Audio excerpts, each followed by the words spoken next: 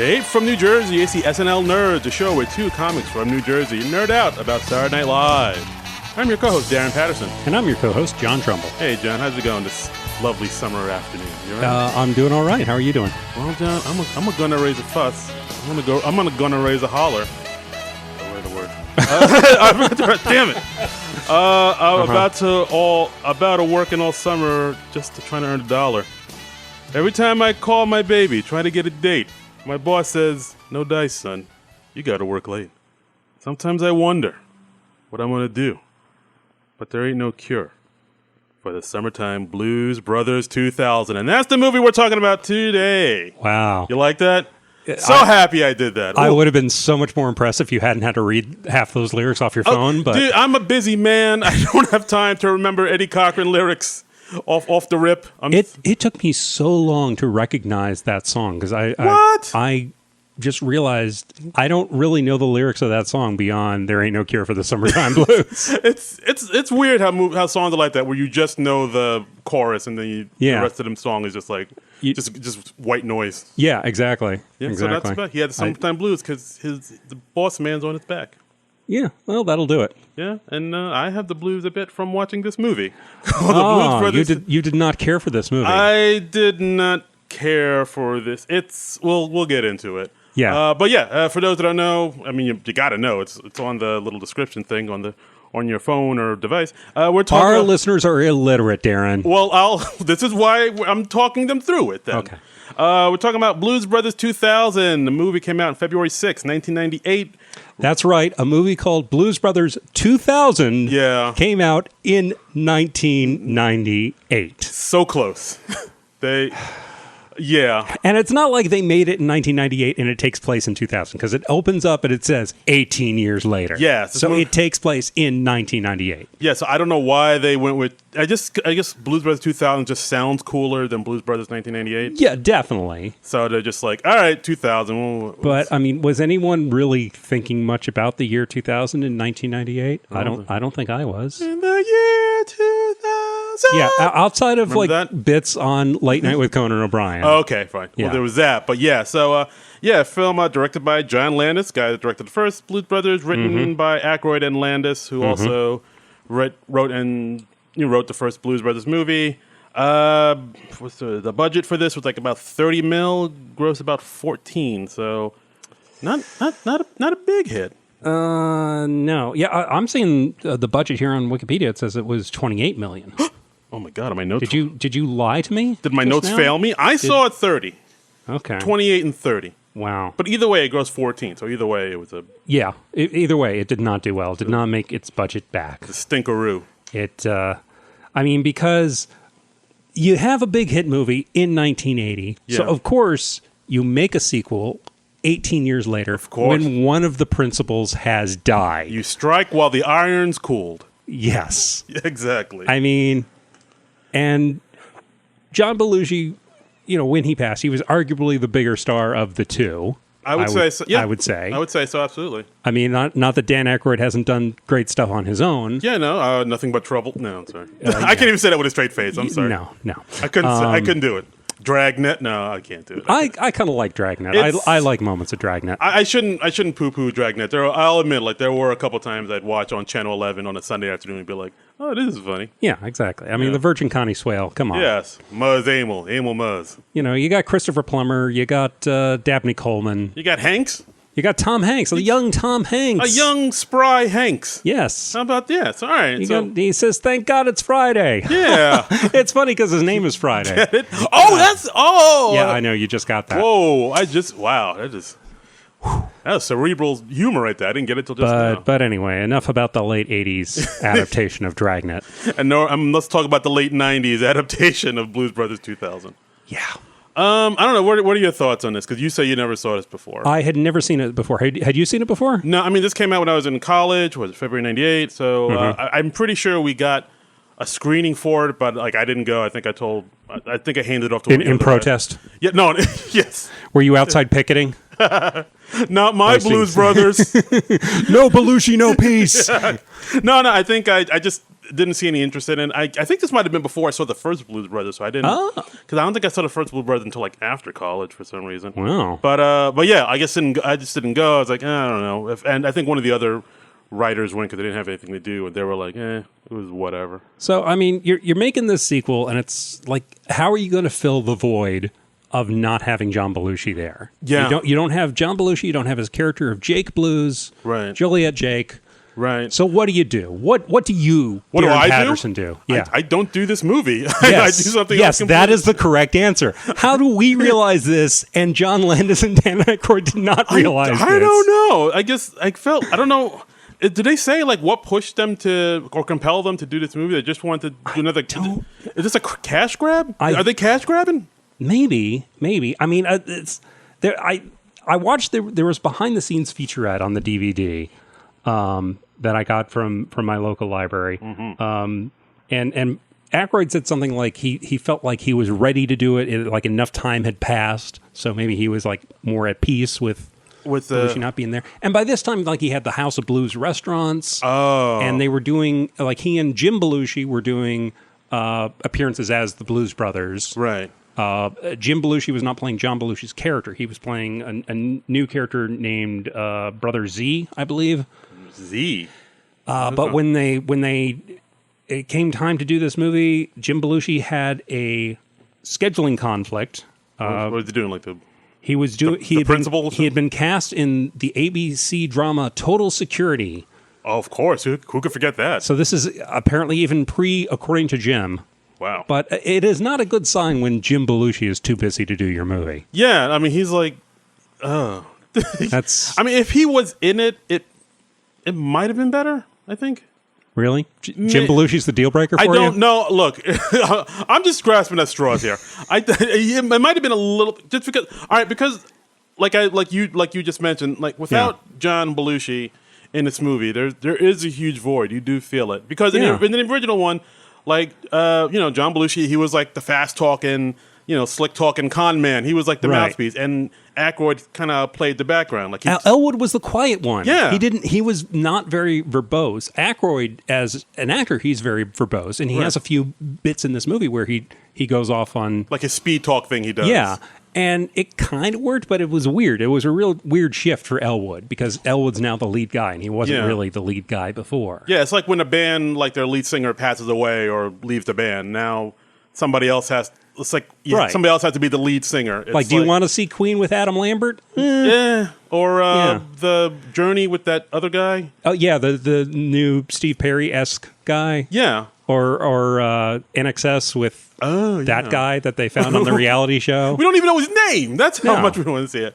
But I mean, sometimes it does work. Like when Peter Gabriel left Genesis, and then they had Phil Collins up there. Or AC/DC. They successfully replaced. Was it Bon Scott that passed away? Yes, Bon Scott. Yeah. I mean, it can work, but this one very rarely. Yeah, I mean, just because Belushi was such a presence, and without him, what is it? And it's not just about the musical presence. It's his comedic presence. Yeah. And the chemistry that he and Aykroyd had together. I mean, that's very tough to replace or replicate. Yeah, very much so. Yeah, I mean, I was trying to figure out like why this movie didn't work as much as the first movie, and I think I mean the fact that there's so many reasons. Well, I think the fact that Belushi's in it is a huge part, and also I think even though the first movie was like it was a love letter to the blues and R&B, it also had a very strong kind of punk rock vibe to it, like I can see that. Like fast paced, frenetic. Like anarchistic, anti-establishment thing to it. Like they're just running from the cops. Like this movie meanders a lot more. It does. Actually, but before we get way too deep into it, I'm going to read the summary on the back of the DVD because I feel like probably not many people in the audience have seen this. I would wager. So I want to give people a general idea of what this is about. So here's the summary on the back of the DVD. 18 years after the brothers' original mission from God, Elwood Blues, Dan Aykroyd, is getting out of prison and discovering that much has changed in the time he's been away. His partner, Jake, is gone. His band is no longer together, and the orphanage where they grew up has been demolished. So, okay. Let's talk about, right there. The whole point of the first movie was saving the orphanage where they grew up. And they didn't save the orphanage. And it's been demolished in between So what movies. the fuck So was the point? You've retroactively made the entire first movie pointless. Utterly pointless. Why did they do that? I don't understand. And that's not something they had to do. No, it's not. Like, It's just something they did. I mean, is it because like the money that they gave was like, you know, from two criminals, and so maybe the cops were like. I was thinking about that, but they didn't. I mean, they did illegal things in the pursuit of that money, but they got the money fair and square. They did. So, but I don't know. Maybe I'm sure. Maybe the cops were like, well. Yeah, this money was made fair and square, but you did demolish half of Illinois. It's so. not like they explain this either. It's just okay. All right, let's go back to the summary. Let's go to the summary. We're already getting heated on this. Okay. Elwood soon realizes that he must embark on a whole new mission to reassemble the old band. This time with the help of a soulful bartender, John Goodman, compete at Queen Musette's Erykah Badu's Battle of the Bands, and set a wayward orphan named Buster on the path to redemption. In the midst of the mayhem, he's got to prove to the police that there's magic in the music and a mysterious method behind the Blues Brothers' madness. Special appearances by B.B. King, Aretha Franklin, James Brown, Johnny Lang, Blues Traveler, Eric Clapton, and many more. It's an action-packed comedy with lots of rhythm and blues. I mean, that last part's right. Yeah. But the other part, I don't know. Yeah. So to replace John Belushi, we have not only John Goodman as Mighty Mac. Mighty Mac. Who's a bartender that Aykroyd meets. Yeah, they don't get too much into his character, really. No, they don't. I mean, there's Joe Morton, too. We have Joe Morton, who you probably know from the Terminator movies. Of course. As Miles Dyson. Yeah, and he was in the... what was it? He was in that Justice League movie. He was Cyborg's dad, yeah. Cyborg's dad, and he was in that Kerry Washington movie I can't remember. Scandal. There you go. Oh, okay. So there you go. I didn't know he was in Scandal. All right, you go, Joe Morton. Yeah. And then he has... They got some kid. Some kid. Buster. Who's like this 10-year-old orphan. Right. Okay, so Elwood gets out of jail. Oh yeah, let's go. So let's describe what happens. He gets out of prison at the beginning of the movie. It's very parallel to the beginning of the first movie where Jake is getting out of jail and Elwood's there to greet him. Right. And here Elwood gets out of jail and Jake is not there to greet him. Yeah. Because John Belushi has been dead since 1982. Yes, of course. Yeah, wow.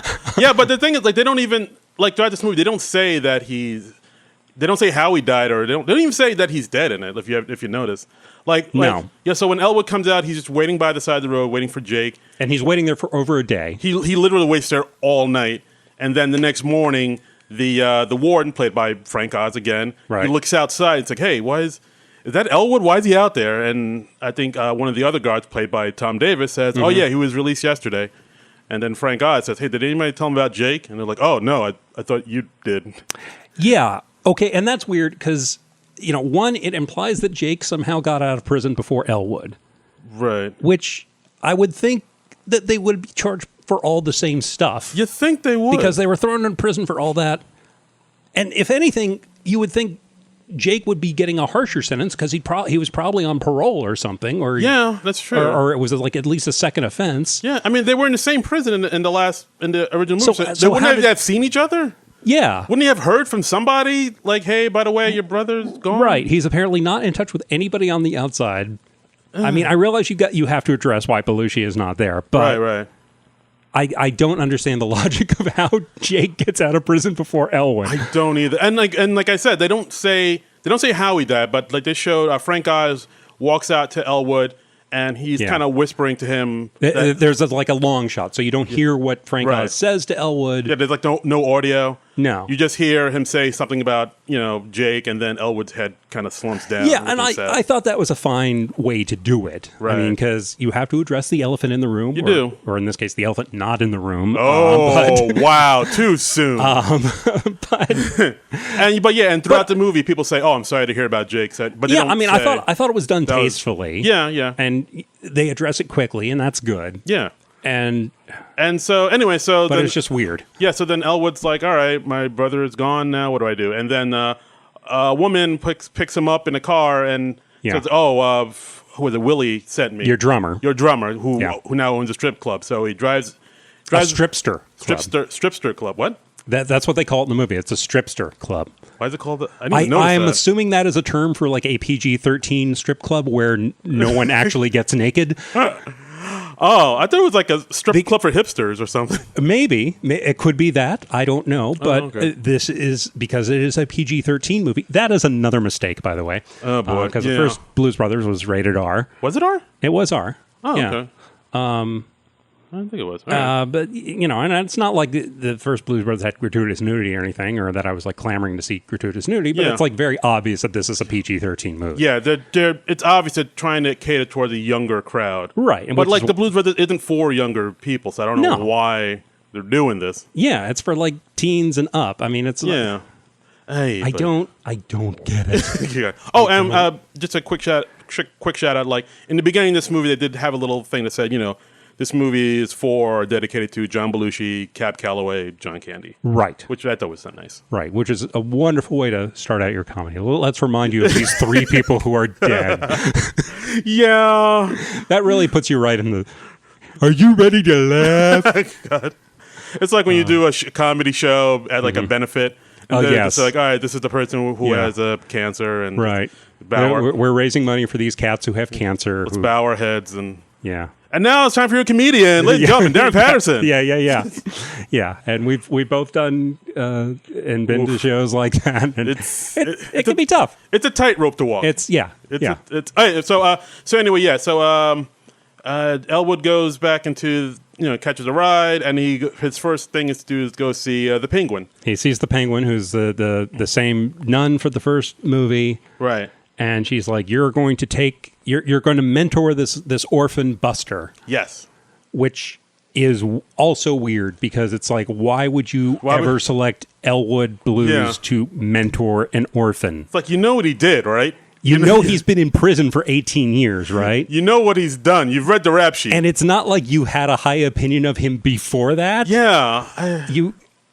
I don't. That's weird. And also, it's like the Mother Superior, the Penguin. She's overall much nicer to Elwood in this movie. I mean, she does have like this extending rod thing that she still hits him with. Yeah. When he swears or something. Right. But other than that, she's rather pleasant. Yeah. I mean, maybe old age, or maybe just because his brother died. I don't know. All right. So and also what the nun tells her that Curtis, the guy played by Cab Calloway, has also passed away. Right. Who was like a father figure to them, and then the nun also says, Curtis had like a son out of wedlock. And then she proceeds to give this super convoluted backstory on, here's how he had this kid, and here's why the kid was never mentioned, and here's what...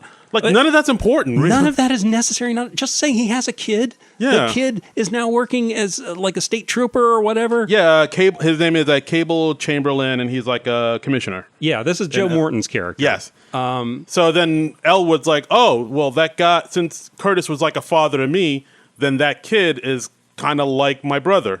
Right. So I should go search him out. Right. He's my brother. And by this point, Elwood has decided to reform the band for no particular reason, just to reform the band. Yeah, I was wondering about that because, I understand why he did it, because he doesn't have anything else left to go to. Like, he has no family, no friends, no job, no wife, no kids. Right. So the band and the music is all he has. It would be nice if they kind of went into that a little bit, but they didn't. They just said no. They just said, I want to start the band again. Yeah, and the first time.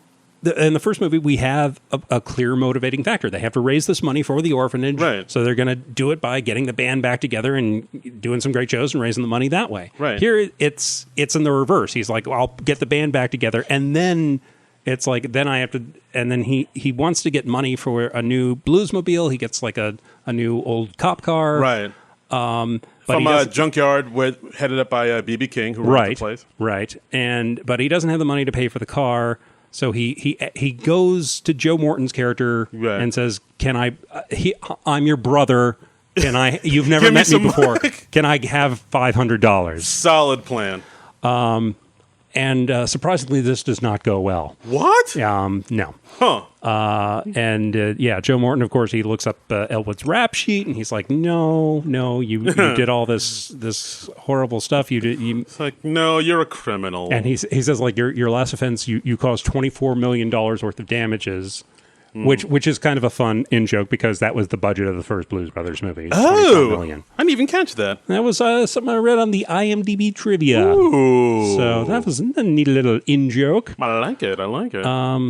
So anyway, Joe Morton's character, Cab, throws out Elwood, and he's like, get out and stay out. And Buster kind of bumps into Cab while Cab is on his way back into the building. Right, and steals his wallet. So he gives it to Elwood. Elwood takes the money and gets the new Bluesmobile. And then they're off to the races. The movie begins. This is like the first 15, 20 minutes of the movie. Right.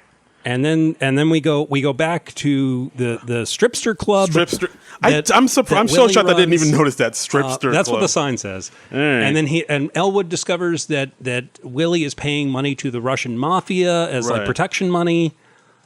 This bothers Elwood, so like when the Russians come by, when Willie's not around, he gets the Russians really drunk. Yeah. And then he teams up with John Belushi's bartender. Right. And they strip them and they leave them like tied up with duct tape in an alleyway. I mean, what's that supposed to do? I don't understand. I think it was supposed to scare the Russians off that they were. But they're Russians. They don't scare. I don't know. It's like when that part came on, I was like, what? Like they know you guys. They know to go back to Willie and be like, what'd you do to our guys? And then they're gonna like shoot up the joint. Like, yeah.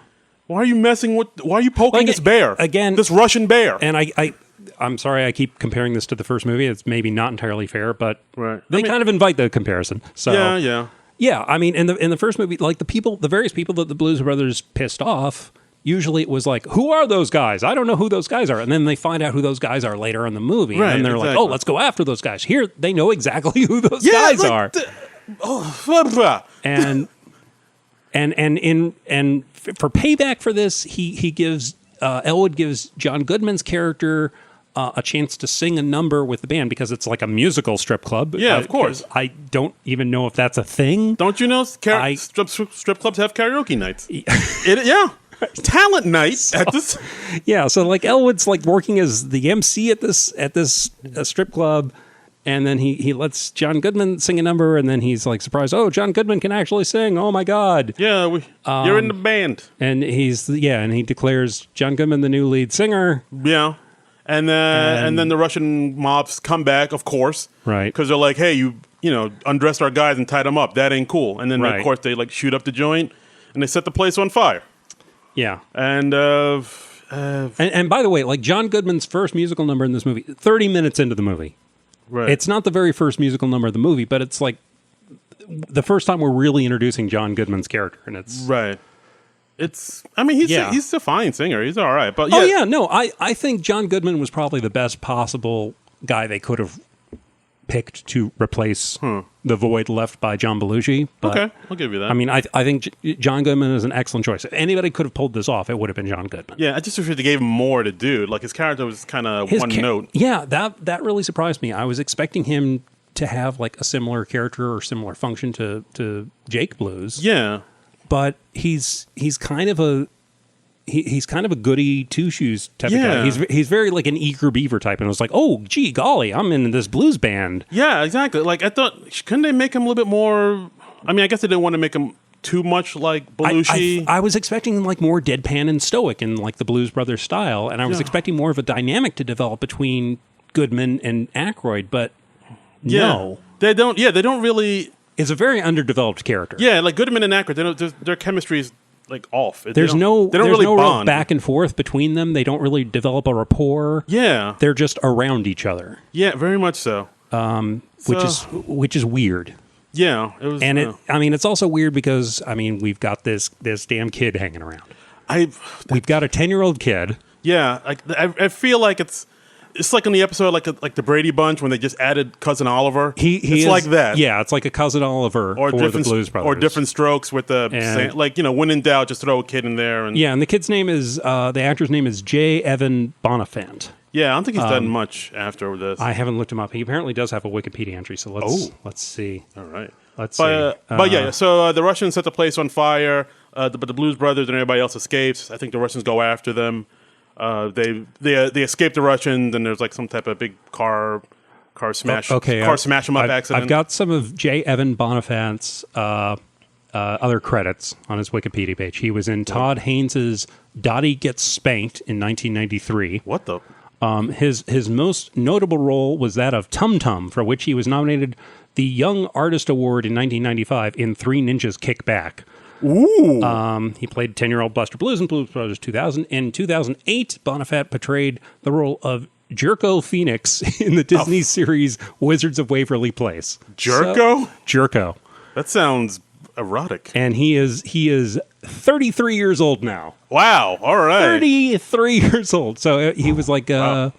He was like 12 when he was 12 playing 10. He was a wee lad. But there's no reason for his character to be there. I mean, and it's not like this is like this.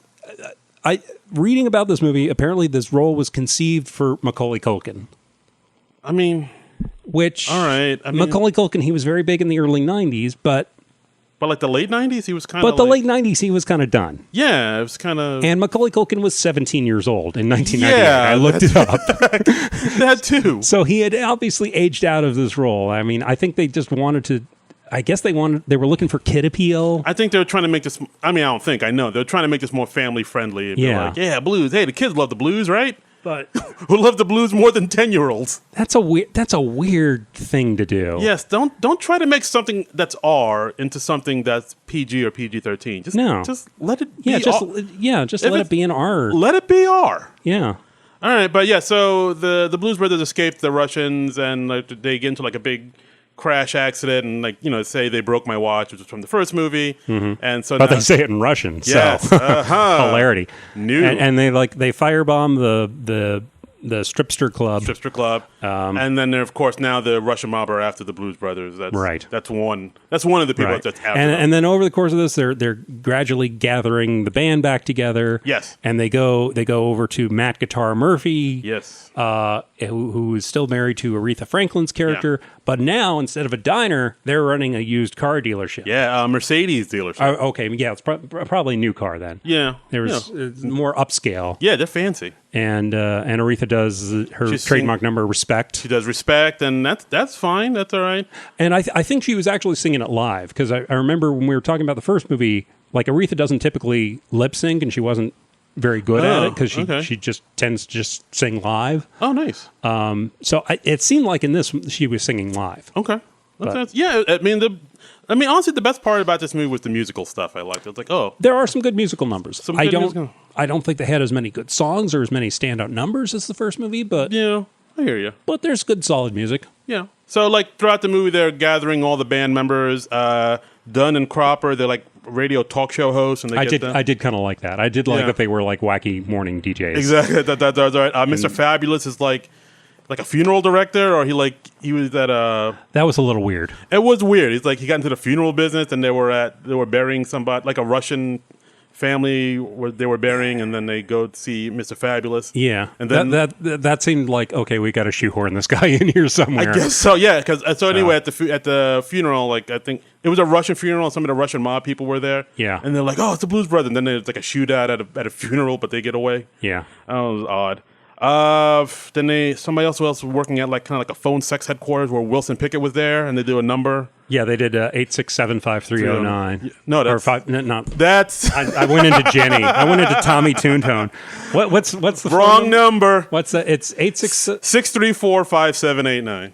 It's not as catchy of a phone number. 634-5789. It's a good song, though. It's a good song. It's a great song. That was one of my favorite numbers from the movie. From the movie. Yeah. That was a good movie. Yeah, that was a good number. Good number. Yeah. Musical and phone. Yeah. Their agent, Steve Lawrence, he's back in this. And so they go to him looking for a gig. And they kind of And Steve Lawrence books him a gig, and then he also books him like a few road gigs while they're on their way to this Battle of the Bands down in New Orleans. Right. The big sort of climax is they're on their way to this big Battle of the Bands, like you said, by Queen Musette, played by Erykah Badu. It's like, if you go there, you can make it. So, yeah, they do some gigs along the way. And while they're on the road, I thought this was super shoehorned in the way they did this. Like when they were gassing up, like John Popper from Blues Traveler. Yeah. It's like, hey, you're Elwood Blues. Right. I grew up with you. I love you, man. You should come check out me and my band. We're about to play in like a few minutes. And like Elwood's like, all right, I'll be there in a bit. And then they just take off. You're like, all right, let's just go. And then just Blues Traveler plays a number. And then after they're done, it's just John Popper in the parking lot. He's like, hey, where are you? Yeah. And I mean, I understand why Blues Traveler wanted to be in it, because they started as a Blues Brothers tribute band, or at least John Popper. Oh, they did? Yeah. Huh. I didn't know that. John Popper played Jake in like a Blues Brothers tribute. Who was Elwood? Like, they actually formed in Princeton, New Jersey. All right. New Jersey represent. Jersey connection. Another Jersey connection. Oh. Yay. Let's see. I didn't know that. They were a high school garage band formed in Princeton, New Jersey in the mid-1980s. I know John Popper played Jake Blues in like a... Okay, I'll take your word for it. You don't... All right, but so anyway, so they're on the road... And of course, Joe Morton's character, the commissioner, sees that, like, he gets his wallet back because Elwood mails back his wallet saying, hey, brother, hope it's cool. I took your money to buy a car. Right. If you still want to be in the band, I look forward, you still want to be in the band. So now Joe Morton and his deputy, Nita Peebles, and her party machine, they are following after the Blues Brothers. Yeah, apparently they can cross state lines like that and just go into other... Their jurisdiction just runs... Various state police forces, they just join forces with the FBI, and they follow you wherever you go in the country. That's... Don't think too much about it and just enjoy the ride. I mean, I'm not expecting like hardcore realism from a Blues Brothers movie. Yeah, but, I'm not. But even that, I was like, oh, they can just leave like that? Yeah. And drive to Louisiana? Because like the first movie was mostly confined to the Chicago area. Yeah. It was all Illinois. But, and at one point they go back to the Bob's Country Tavern, or Country, whatever the name of the... Bob's Country Kitchen this time. Thank you. But like before, I think it was something else. It was Bob's something else. Right. But like, and by the way, obviously not the same location, because it looks nothing like the bar restaurant from the movie. Because this movie was shot in Toronto. What? The whole thing? The whole thing was shot in Toronto, and they had second unit location footage from Chicago. So anytime you see like Chicago landmarks or anything like that, that's the second unit. You never see like any of the actors in Chicago. Wow. I did not know that. Because when I think of the Blues, I think Toronto. That's right. Sweet home, Toronto. Apparently the budget on this movie was very tight, and both John Goodman and Dan Aykroyd were paid in scale just to keep the budget down. Wow. Which, the scale, if you don't know, that's like the lowest possible. The minimum. The Screen Actors Guild minimum that you can be paid. I thought, and John Landis was, Yeah. Same thing. Wow. That was, so... I mean, I don't know if I'd take scale just so I can have this made. Well, that's just me. I guess they really believed in the project or something. I guess. But, so the Blues Brothers and the Banders get something to eat at Bob's Kitchen. And, of course, the same guy from Bob's Bar is there. His wife is strangely not present. Yeah, no idea what happened to her. Did they get divorced? Did she die too? I don't know. I mean, half the people from the original movie seem to be dead. Maybe she's dead too. Yeah. Why didn't we have a subplot about that? Why isn't her name up there with Candy and Cab Calloway? Why didn't we tell a whole convoluted story about how they had a kid and she had an affair and then this and that and Yeah. So anyway, Bob is there. And it's like, hey. Yeah. You guys look kind of familiar. Yeah, and then all the band like covers their face. They're like, check, please. Yeah, that was cute. There was a bit like around this part in the movie where they pull up in the Bluesmobile and they open the trunk, and Buster, the kid who's now dressed as like a mini Blues Brother. Yeah, he's like sleeping in the trunk, and he's got like a little tiny dresser, and he's got a little bed, and I thought that was a funny. That was a funny. I thought that was cute. It's like, his home is the trunk of a car. Yeah, and I was like, I wish you could have kept this character in the trunk of the car for the entire movie, but yeah. Oh, and also we should probably mention, I think it's around this point that the penguin not notices, but she sees, oh wait, Buster's not back. It's been like a week. Because Elwood was supposed to have him for like 2 hours. Yeah. And he just takes off with the kid. And so then the nuns call the police, and then the police are... And then the police go after. It's like, all right, now we got a missing kid. Now we can go after them. And maybe that's why they can cross the line. We've covered about maybe the first 40 minutes of the movie. Yeah. Now, this is like, if you've ever wanted to see the Blues Brothers, but you wish everything took forever to happen, this is the movie for you. There you go. Yeah, you're welcome, America.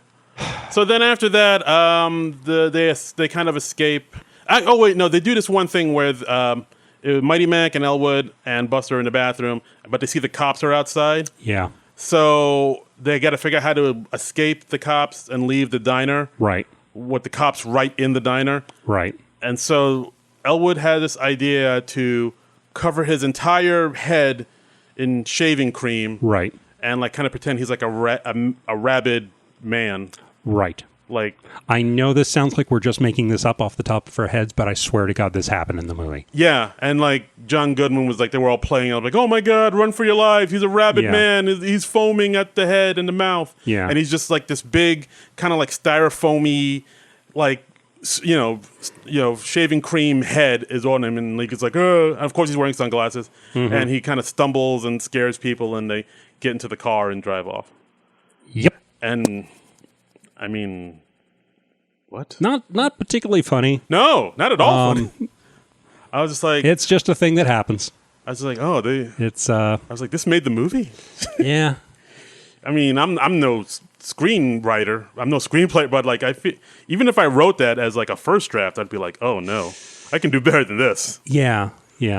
But so anyway, the Blues Brothers are on the run from the cops and the Russian mob who are on their tail.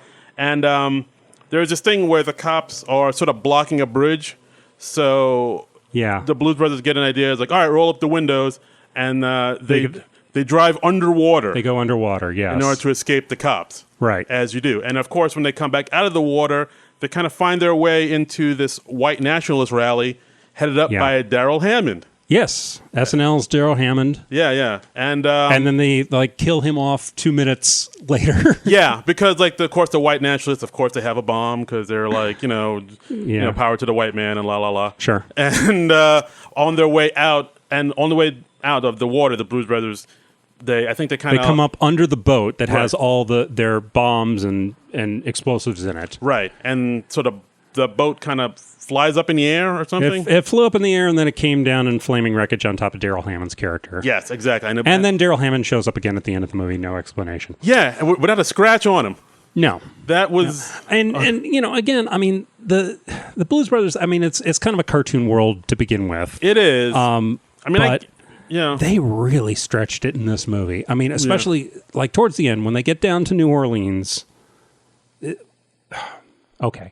There are a few more stops on the way to the Battle of the Bands. We got to do the monster truck rally. Oh God, they did a monster truck rally, and then they had the tent revival. Oh yeah, the tent revival. Oh, let's do it. All right. So on their way to Louisiana, they stop and they have a monster truck rally concert in Kentucky. Right. And they got that through Steve Lawrence, their agent. Right. Because Steve Lawrence said, "Oh yeah, because like the venue wants country music. They want so they're the Bluesgrass Brothers." Yeah. It's like, oh yeah, they're the Bluesgrass Brothers, and of course the band doesn't know until they get there. Yeah, just like when they were in Bob's Country Kitchen in the first movie. Only not as funny. Exactly. So they end up like, oh yeah, we do bluegrass. Sure, yeah, that's the ticket. So they end up doing, they sing Ghost Riders in the Sky, which is like an old... Right, and while they're doing it, you see clouds rolling in above, because it's an outdoor venue, it's a monster truck rally, and then they have like these CGI skeletons riding horses. Yeah, the Ghost Rider, them singing about Ghost Riders in the Sky causes a huge like thunderstorm and rainstorm to happen, and like ghosts riding in the sky on horses come out of the dark clouds, and Ghost Riders in the Sky. That's the point where the movie like starts getting really, really trippy. It got really weird, but the audience is really into it. They're like, and they like they like rush the stage, and people are loving it, and they're just like, and the cops are closing in. Cops are closing in.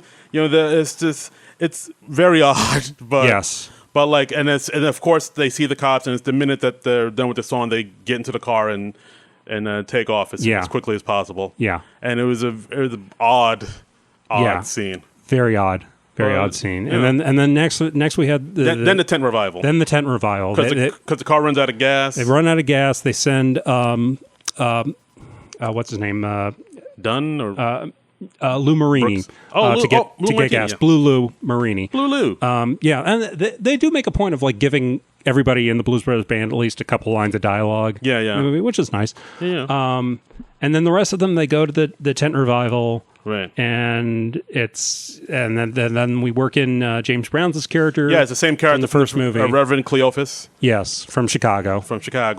And they have like a big tent revival, and they check out the. They want to go see Cleophas because I think they want to try to get some gas money from him. Right. Because they're like, oh yeah, Cleophas, he knows me. I can get some gas money from him. Oh. But Blue Lou gets the gas on his own. Yeah. So somehow that they never explain. He just shows up in the Bluesmobile at the end. He just has some money on him, I guess. And Joe Morton closes in again. Yes, the cops close in. And then he has a revelation during the tent revival. Yes. And embraces his true heritage. Yeah, there's a scene basically when they're just about to arrest him. The chorus and the choir began to sing, and of course James Brown starts to preach, and it's like, "Do you see the light? Do you see the light?" And then Joe Morton sees a light, and he literally like levitates up out of the tent into the sky, into the heavens, like well over the tent, and not especially great CGI, and not great. He's got like sparks traveling all around him, right. And he realizes his true calling is to be a blues brother. And he magically transforms from his uniform into the Blues Brothers outfit. Right. And he comes back down through the tent, and he's like, now I'm part of the band now. Right. And like he dances with the band, and of course, the Blues Brothers escape with Joe Morton now. If you are keeping count, we now have 4 Blues Brothers. Right. 4 Blues Brothers. We've gotten 3 characters to replace 1. And it's still not. No, and there's still a void. There's still a void. Why didn't they just pick 1 character and go with that? I don't know. Or maybe 2. You don't need the kid. And Joe Morton's character, he changes so late in the movie. It's like, well, what the hell was the point of that? But he didn't know his purpose till he saw the light. Neither did the screenplay. Ooh, wow, damn, son.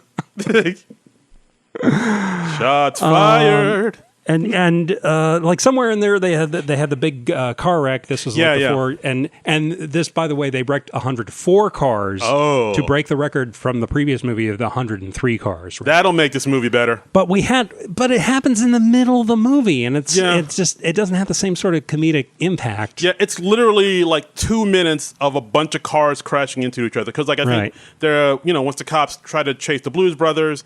I forget, like I think they go down like some, dead end road or something like that, but then the car stops, so then the car behind that car crashes into him. Don't try to figure out the logic of the car crashes. Then that car crashes into him, that car crashes into him, and then the car that flies over all of them and crashes into the first car. Yeah. And it's just cars crashing into each other for 2 minutes. Yeah. You timed it. Yeah, I didn't time it, but I guesstimated it.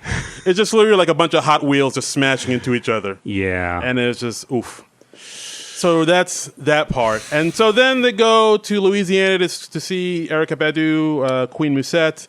Paul Schaefer's there. Paul Schaefer. He's like Queen Musette's servant, I guess. Interesting backstory of Paul Schaefer. Paul Schaefer was the original keyboardist for the Blues Brothers band, helped put together the Blues Brothers band. But when the time came to make the first movie, Paul Schaefer had a conflict. He was not able to do it because he was contracted to Gilda Radner's show on Broadway. Oh, that's where Belushi was like kind of in his face about it a little bit, right? I didn't hear about that. Oh, I thought it was. All right, maybe I made that up. That seems surprising because Belushi just seems like such an even-tempered guy. Yeah, he's cool, calm, and collected all the time. He probably took that very well. Yeah. Rest in peace.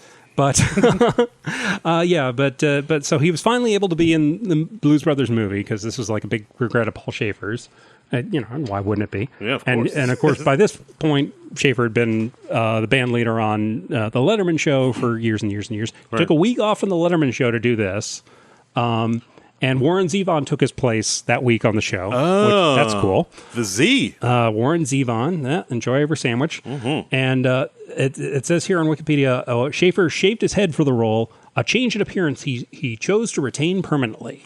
I see. So if like Paul Schaefer was a comic book character in his like Marvel Universe handbook entry, it would say like first appearance bald head, and it would give Blues Brothers 2000 as. So we have Blues Brothers 2000. That is the demarcation of Paul Schaefer and his totally shaved head. Oh, I don't know what to think about that. Wow, that's oh boy. So yeah, take that little bit of trivia. Take that with you. All right, so they go play for Queen Musette. She wants them to play like some Caribbean music, and of course they say they don't do that. But she then cast, because Queen Musette, she's like this voodoo, dark arts type of black magic lady, who's supposedly like immortal or at least very old, and she's they say she's might be a cannibal, and there's like a lot of lore behind her. So anyway, they say, oh, we don't do Caribbean music, but then she casts a spell on them. And they do Funky Nassau, which is one of my favorite songs. She turns them into zombies. Yeah, all right. If you want to go that route. They all have green skin, and they're dancing around like the Frankenstein monster, stiff-armed, and it's like, why is this happening? What the? Yeah, is this really a contest now that you put a spell on them?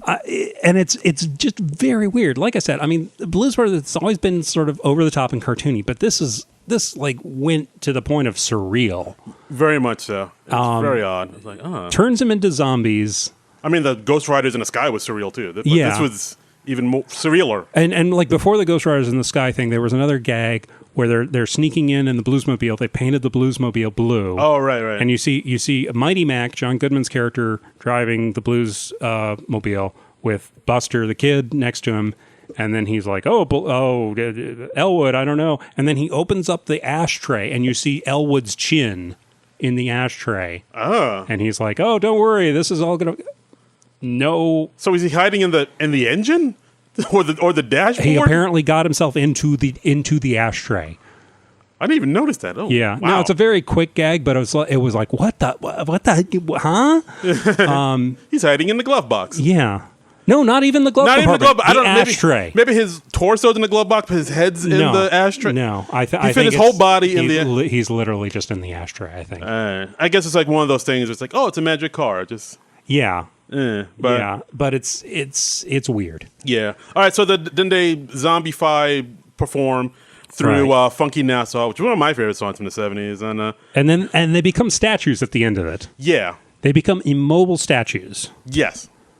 So then the queen likes their performance that she, forced them to do under her spell. Right. And then they get into the battle of the band. I like that thing I just commanded you to do. You go on to the next round, kid. So then they have to perform against this other band in order to win. And the other band is this band called the Louisiana Gator Boys, comprised of a few notable musicians you might have heard of. A few. Including B.B. King and Lou Rawls and Isaac Hayes and Eric Clapton and Dr. John and Steve Winwood and Clarence Clemens and Bo Diddley and Billy Preston and Charlie Musselwhite and Jimmy Vaughn and Coco Taylor and Travis Tritt and Grover Washington Jr. and Joshua Redman. And that's just a few of them. Yeah. So it's this uber mega group, basically. Right. This super group of people they're playing. And this is probably...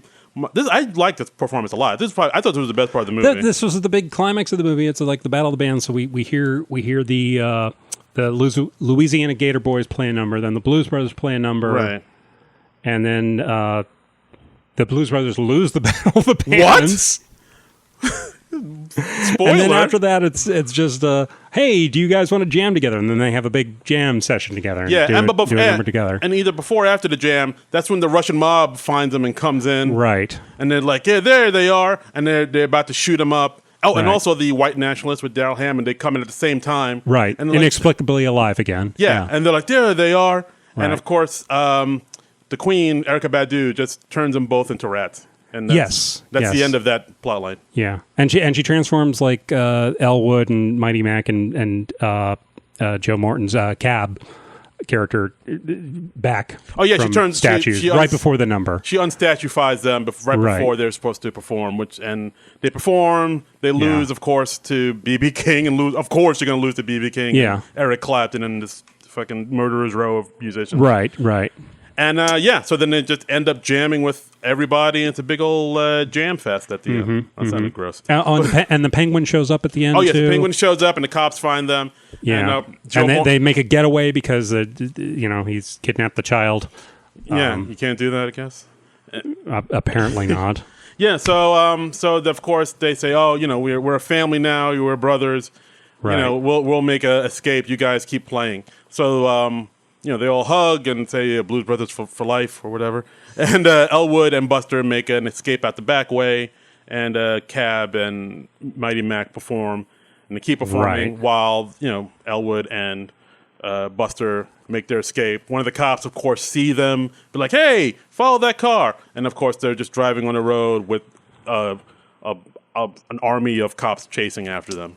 And then that's the end of the movie. It's just Yep. They're just constantly on the run. Yeah. Just the good old boys, never meaning no harm. Been in trouble with the law since the day they were born. They probably were. They probably were. Yeah, it's. That's it. That's the movie. It kind of ends on a. Oh, all right. It is not a good movie. It's not. Honestly, it wasn't the total train wreck I was expecting. It got worse as it went on. Yeah. But. Like the first half, I was like, oh, okay, well, this is all right. It's kind of slow. It's kind of meandering, but it's not. But then it just keeps horrible. It just keeps being slow and meandering. Yeah. It never really builds up the momentum. I mean, the first movie built beautifully, and it got more and more absurd as it went on. Right. And this not so much. Yeah, I mean, well, I touched on it at the beginning. What I realized about the first one that's different from this one is. The first one, even though it's a dedication to the blues and R&B, it also had a very strong punk rock type of, frantic, anarchistic vibe about it. Like, driving through a mall and, what they did with the Good Old Boys and, plowing through Illinois Nazis. You have Terry Fisher following him with a bazooka. Yeah, and a bazooka and a gun and all this shoot-'em-up stuff, all this crazy off-the-wall stuff. And none of that is in this movie. It's like a very kind of neutered. It's a very pedestrian kind of Blues Brothers movie. Exactly. Like instead of going gonzo with it, they just kind of went, well, let's appeal to the kids now. Yeah, it's a much mellower Blues Brothers movie. I mean, I understand that because everybody's older now. They don't move like they used to. Yeah, that's true. Aykroyd can't dance like he used to. Although Aykroyd, he did get himself in shape to do this movie. It says here on the IMDb trivia page, he reportedly lost 90 pounds to reprise the role of Elwood Blues. So way to fucking go, Dan Aykroyd. 90 pounds. That's awesome. Man. Good for you, bro. Here's another interesting bit of trivia. Both Dan Aykroyd and John Landis hated the script and felt that the movie was going to be a failure. Oof. Wait, didn't they write the script? They wrote the script. Yeah, if you hated the script, that was in your power to change, guys. That's what it took me, man. It's like I think I said at the beginning they wrote this, didn't I? I don't understand that. I mean, do they hate it because maybe the suits made them change it? Maybe. Apparently, there was some studio interference with this movie, and I'm sure the studio was pushing him to do the PG-13. Yeah. It says here, their original story pitch for the film had Elwood, Mighty Mac, and Jim Belushi's character Brother Z raising money to refurbish their old orphanage. Aykroyd later admitted that the studio had been right to reject this pitch, as it was virtually identical to the story of the original Blues Brothers, but felt that their decision to instead make the film more fantasy-based and aimed at younger viewers ensured that the final product would be a critical and commercial failure. Yeah, I mean... Which it was. It's not... Blues Brothers isn't for kids. Kids aren't going to be like, oh yeah, Blues Brothers, all right. Yeah. Kids are into Ninja Turtles and, fucking blow-em-up stuff. Yes. And what have you. Ninja Turtles and fucking blow-em-ups. Yes. They're into the blow-em-ups and what have you. They like the Power Rangers and the la-di-da. Oh, by the way, there was also a Blues Brothers 2000 video game. Yes, I remember that for the Nintendo 64. Nintendo 64, yeah. Released on November 17th, 2000, which, by the way, more than 2 years after the film's release. Their timing throughout this whole thing. At least it came out in the year 2000, though. In the year 2000. But I mean, at that point, Like, what is the point of releasing a tie-in video game I don't more know. than 2.5 years? I don't know. Look, we don't work in the industry. We don't claim to, but are you all right, man? You're losing it. If you're doing a tie-in to a product, it should maybe come out somewhat close to that product. Maybe it came out in time for the DVD release of it. I don't know. I don't know. Hey, you like the DVD of this movie you didn't see? Well, maybe buy the video game. Huh? I don't. We're trying to recoup here, guys. But yeah, this was... and also, I kind of feel like because they knew that there would be a huge void without them having Belushi, they kind of maybe doubled up on like musical performances. Yes. Like, oh, we don't have... I think there are like 14 musical numbers in this movie. There's a lot of musical... So I guess they figure, well, we don't have the same zany comedy, but we're going to have twice the music. Yeah. So it's going to be all about the blues. And it's like... It shows because the best part about this movie is the musical. I mean, yeah, honestly, they should have just done like a concert film. Yeah. You know, like the Blues Brothers Live. Yeah, absolutely. You know, I mean, that would have been fun. That could have been fun, and that could have been something different, and you might not have felt the absence of John Belushi quite as much. Yeah, I mean, it would have been great. This movie was not critically well received. In 2008, it was rated number 4 in Entertainment Weekly's top 25 worst sequels ever made. Ooh. Number 4, that's pretty high. Yeah, that is pretty high. Wow. We have some critic reviews here on Rotten Tomatoes. Mike Clark from USA Today says, now a sequel has arrived, Blues Brothers 2000, offering more of the same and less. And Joe Layton from Variety says, the sequel offers more of the same, only less. Yes. So if you want the same thing but less of it, yes, check out Blues Brothers 2000. Time Out said this isn't a sequel, it's a remake. Let's see. Mick LaSalle from the San Francisco Chronicle said, it makes an audience pay for every 2 seconds of pleasure with 10 seconds of pain. Wow.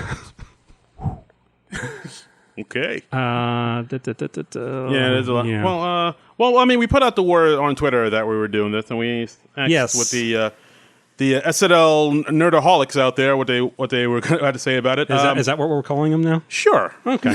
And until we change it.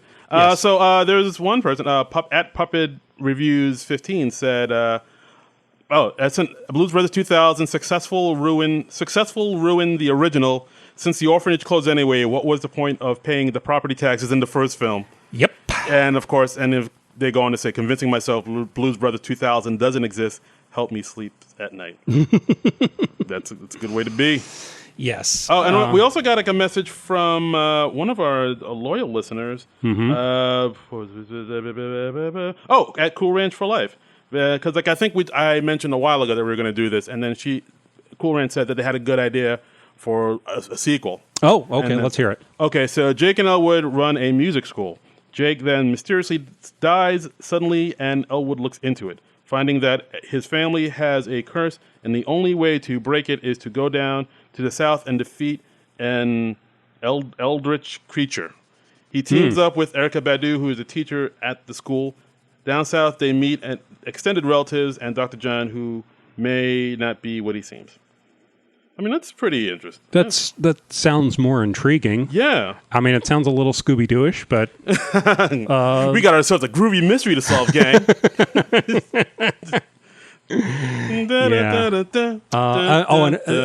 This comment really amused me. I just have to read this. This is from Christopher Weathers on Twitter, who is responding to our tweet. He said, some little kid, I want to say his name is Scribbles.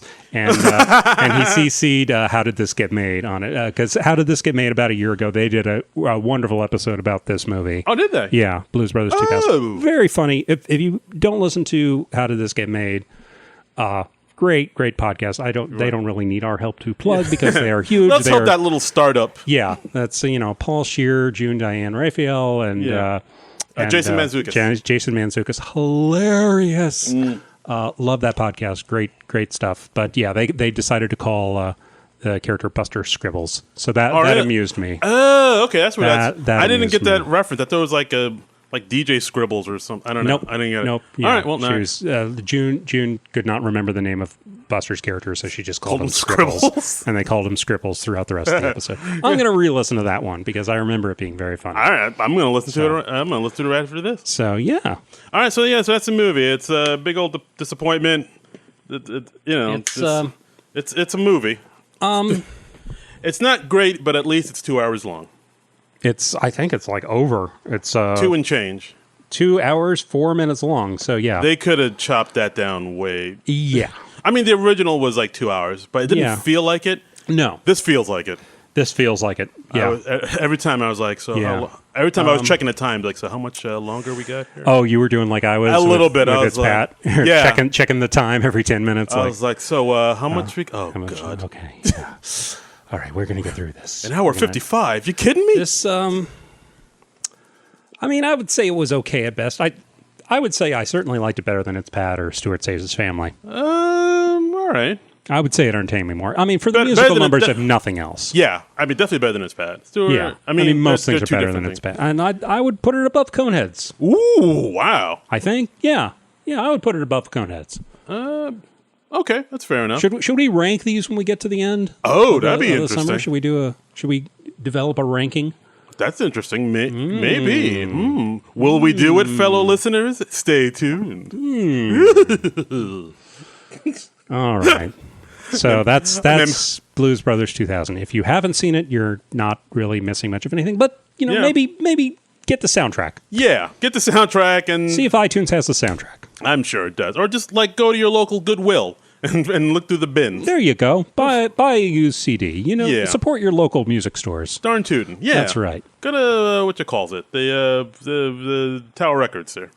I don't think Tower Records exists anymore. Go to your local Sam Goody. Right. And go to that music shop that Ray Charles ran in the first one. And, there you go. After you attempt to steal the guitar off the wall, yes, and Ray Charles shoots at you, see if he has a CD of Blues Brothers 2000. Exactly. So tell me what I say. All right, so and that's our podcast today. It's how do you want to wrap this baby up? Do you got anything to plug, anything to promote? Well, we've got a little something to promote. We got some exciting news. Oh, do we? We do. We have booked a gig. We have a gig coming up. We do. July 25th. We're gonna be at Characters in Sloatsburg, New York. Mm-hmm. They're doing like a big old comedy tournament. Yes, comedy competition. It's a thing they do every year. Yeah, I will be hosting, and Mr. Trumbull here will be comedian. Yes, I will be closing out the show. Yes, spitting hot fire. That's right. Mm-hmm, That's right. So if you ever wanted to come see us live and see us do our acts, our comedian acts, or do our little stand-up mix-em-ups. Yes. If you want to see us talk about something other than Saturday Night Live, right, come out to this. Yeah. Yeah. We will talk about a couple of other subjects. Yes. Just a few. I mean, two. We don't know much. No. Outside. We're very sheltered. Yes. Exactly. But just come on out to Characters. It's fun. You'll see a ton of really funny comedians. Yeah. And if you see us and if you listen to the show, come say hi. Yeah, we're approachable people. Just get by our security guard and we'll say hey. That's right. Yeah, just don't touch us. We'll be happy to sign something for you for a small fee. Yes. Photographs, that's 50. Autographs, we'll give it to you for 45. And that is happening again Thursday, July 25th. Yes. At Characters Bar and Restaurant in Sloatsburg, New York. Sloatsburg. So, come check it out. And if you want to follow me on Twitter and Instagram, I'm at Darren Credible, Darin Credible. And you can follow me on Twitter at Trumbull Comic. And let me just check. Let me see if we've had any more wonderful audience reviews. Ooh, yes. On and while John checks our reviews, you can always, of course, donate to our Patreon, Non-Productive.com. We have a Patreon page if you want to donate some dough, and of course, you can always listen to us on Stitcher, iTunes, Google Play, Spotify too. Yeah. And Non-Productive.com. All that. And please rate us and review us on wherever you listen to the podcast. And speaking of ratings and reviews, we do have a new rating and review. We got a 5-star rating from DM Piccolo. Hey-yo. And the headline is better than the show itself. Yes. Exclamation point. We did it. DM Piccolo says, I am not a huge SNL fan, but boy, But boy, do I enjoy Darren and John talking about it. Very in-depth, interesting observations. Plus, it's super fun. Get into it. Oh! Get into it. Ah! So be like DM Piccolo, people. Yeah. I mean, he seems cool. Thanks, he seems Piccolo. nice. Yeah, I mean, you're not a big SNL fan, which you need to change about your life. But thank you so much for the But review. as long as you still derive entertainment from our show, Yes. we're not going to be picky about it. As long as you give us praise, we're okay with you not being That's a right. huge SNL fan. We are very emotionally fragile. Yes. We're delicate like cheap plate. We are not paid like the SNL cast members and No. writers and directors are. Not even like the custodians. So we just subside on the Yes. praise of others. We feed and feast off of praise. Yes. Yes. So that is what we suckle do. on the teeth of praise. And next week we've got a few more SNL movies to cover. We're coming to the end of this SNL movie thing. Flying through them. Flying through it. We've done. Let's see. This was our seventh. Lucky number 7. Next week it is A Night at the Roxbury, which What is love? Yes, the movie with the Roxbury guys, the Butabi brothers, Yes. the two guys who were always bobbing their heads. And, Yeah. me, you, yeah, me. Remember that was a thing? Yeah. Okay. Yeah. And it's implied they do cocaine. Yes. So we're going to see if that can be extended out into hour and a half, 2 hour movie. I have no idea how long this movie is. Can it be? I've never seen this movie. It's Will Ferrell. It's Chris Kattan. Chris Kattan's. It's Molly Shannon's in it. okay. Amy Heckerling directed it, right? No, it was directed by John Fortenberry. I Oh, believe. Amy Heckerling was a producer on it. Yes. Okay. But yeah, John Fortenberry, he directed Jury Duty, the Pauly Shore movie, which edged out Stewart Saves His Family only years ago. Well, that's quite a pedigree. I'm quite looking forward to this now. So now, yeah. So Hot damn. Yeah, clear your weekend. that's right. You got plans, buddy boy. So we're gonna check this out. You have you seen it before? I saw it for my college newspaper. Yeah. But but like when it came out like 90, I saw it back. Are you going to be able to dig up your old college newspaper review? I wish maybe. I gotta find it. Go into the archives. Yeah, maybe. I'll see what I can. If I can find my old college review, I will. I want to post hear it. what college-age Darren Patterson thought of this movie. Oh, I had thoughts. Yes. I had a lot of thoughts. All right. Well, we're going to have further thoughts on it, so please tune in next week. Podcast drops every Monday, and so check us out. Check it out. All right. Till then, bye. Later. This has been a non-productive media presentation. Executive producer Frank Hablawi. This program and many others like it on the Non-Productive Network is distributed under a Creative Commons Attribution Non-Commercial No Derivatives license. Please share it, but ask before trying to change it or sell it. For more information, visit non-productive.com.